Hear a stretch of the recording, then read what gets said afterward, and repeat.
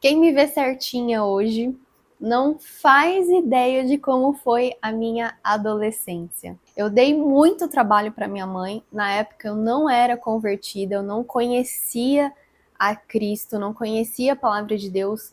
Eu era católica não praticante, né? A gente fala que é católica, mas assim, eu não ia mais para a igreja, não frequentava, só se dizia católica. Então eu vivi a minha vida aí de uma forma bem rebelde. Tive uma época onde eu estava com depressão profunda, eu estava fazendo tratamento com remédios fortíssimos, ao mesmo tempo consumindo bebida alcoólica. Então eu tomava esses remédios e consumia bebida alcoólica. E quem toma esses remédios fortes, principalmente para depressão, sabe o quão perigoso isso é. Mas isso tudo fazia parte da minha versão rebelde. O assunto que eu quero trazer nesse vídeo é a respeito da cura.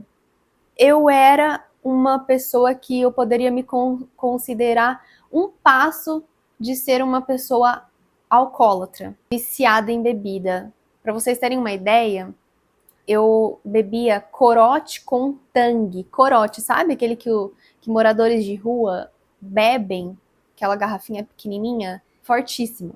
E eu misturava com tangue, né, os meus amigos, e eu bebia toda semana. E sim, chegou num ponto que eu estava viciada, eu não conseguia ficar sem consumir esse tipo de bebida. E não só isso, eu vivia em barzinhos, em lugares onde o pessoal consumia, e estava sempre bebendo, eu gostava bastante. Eu tinha até um lema de que bebida não se recusa.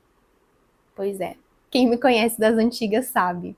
E eu só parei de beber porque um dia eu passei muito mal. Eu nunca tinha passado mal com bebida alcoólica. Eu bebia e era tranquilo. Eu ficava mais extrovertida, eu me soltava, então eu gostava da versão Mariana bêbada. Eu gostava do que a bebida, a sensação que a bebida me trazia. Mas um dia eu tomei, eu e minha amiga, a gente tomou uma garrafinha inteira praticamente de corote com tangue sozinhas. E aí eu e ela nós passamos muito mal, mas muito mal mesmo, assim, de parecer que tinha arrancado o nosso estômago, o nosso fígado e tudo. A gente passou muito mal. E aí, nesse dia, eu não lembro exatamente se foi depois desse dia eu parei de beber de vez ou se eu fui parando aos poucos. Eu acredito que eu parei de beber corote com tangue depois desse dia, mas eu ainda consumia outros tipos de bebida, que eu gostava bastante de batidas, bebidas misturadas. E aí eu fui parando aos poucos, até que eu me converti, comecei a frequentar a igreja presbiteriana, me batizei. Acredito que um pouco antes disso eu já tinha me afastado dessas amizades, já estava vivendo em outro momento onde eu não tinha mais acesso, tanto acesso assim a bebidas, então eu não bebia. Fui parando realmente aos poucos. E aí, depois que eu me converti, eu vi o quanto que a bebida me fazia mal e que para mim era algo perigoso porque poderia me levar ao pecado, um vício realmente. Então eu decidi parar. E eu achei que eu estava curada, que Deus havia me curado. Mas alguns anos se passaram, eu não estive mais exposta a ambientes com bebida alcoólica, porque eu estava dentro da igreja, eu vivia com o pessoal da igreja, então eu não estava mais exposta. A partir do momento que comecei a me expor a ambientes familiares, de amigos que consomem bebida alcoólica, e aí eu comecei a me deparar com aquilo, eu percebi que eu não estava curada. Eu tinha vontade de consumir bebida alcoólica ainda, mas eu escolhia não beber. E até hoje, com 34 anos, uns 15 por aí de conversão, eu não me considero uma pessoa curada. E é sobre isso que a gente vai falar. Quando a gente tem um vício, quando a gente tem algum pecado que a gente luta contra aquele pecado, quando a gente vive uma vida que não agrada a Deus por algum motivo e a gente se arrepende, a gente pede para Jesus nos curar, será que ele sempre vai nos curar?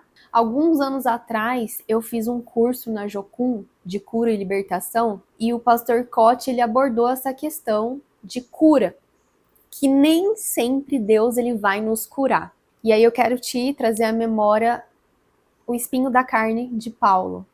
Paulo, ele pedia para Deus o curar de algo que a gente não sabe exatamente o que era esse espinho na carne, e Deus não curava. Deus apenas disse, quando ele pediu para Deus o curar, Deus apenas disse que a graça dele bastava para Paulo. E isso é muito interessante porque às vezes a gente tem algo assim que a gente busca a cura e a gente não vê a cura, a gente não vê progresso nesse sentido e a gente acha que Deus não está curando a gente e a gente continua ali no erro, a gente continua no pecado, a gente continua fazendo aquilo porque a gente fica esperando a cura chegar.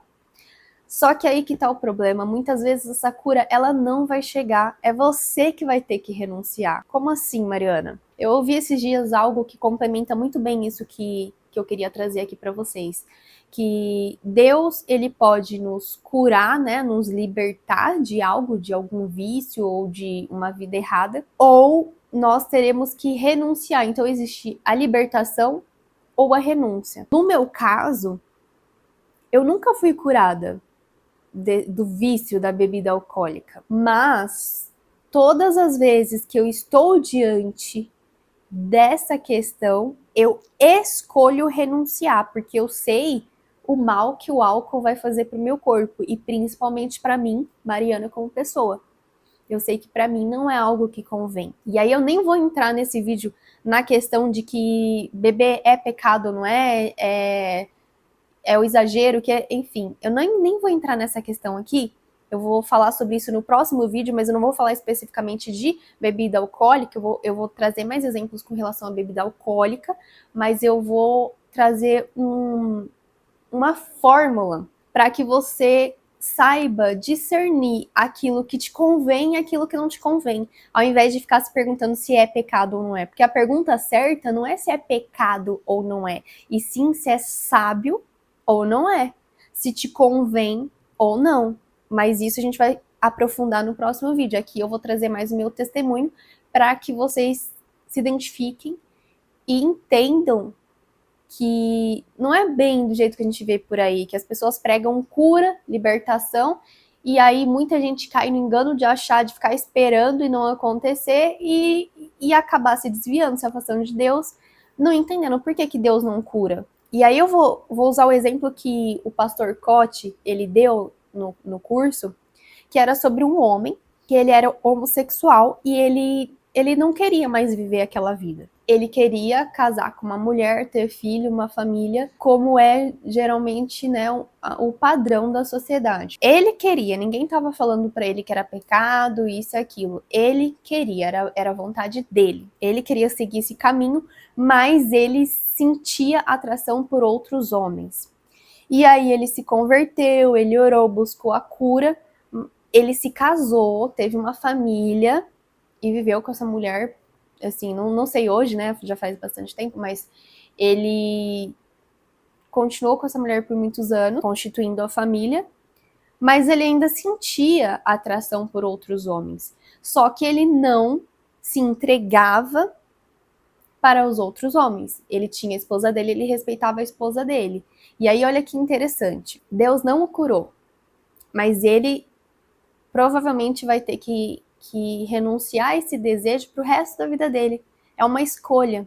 É o mesmo caso que o meu. Deus não me curou, mas eu tenho que fazer essa escolha de renunciar todas as vezes, porque eu ainda tenho vontade quando eu vejo uma batida, um licor, algo assim diferenciado, eu tenho vontade de consumir, mas eu escolho não consumir. E ainda nesse período de conversão que eu parei de beber, houveram alguns momentos que eu me sentia curada e eu, sei lá, alguém fez um poncho, alguma coisa alcoólica, um licor diferente, e eu só experimentei.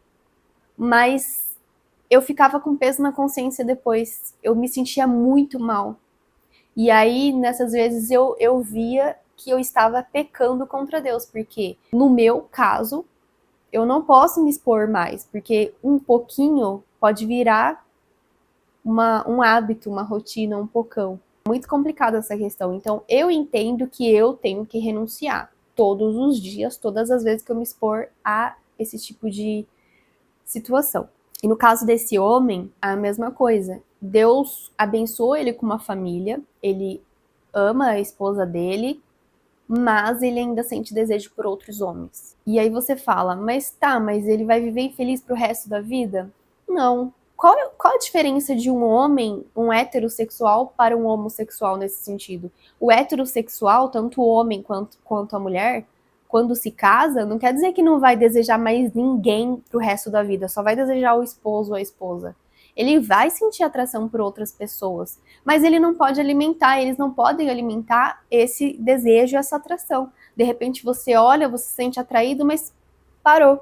Não vou me aproximar, não vou manter muito contato, vou evitar, vou ficar longe, longe daquilo que pode me levar a pecar, porque maldito é o homem que confia no homem. Isso vale pra gente.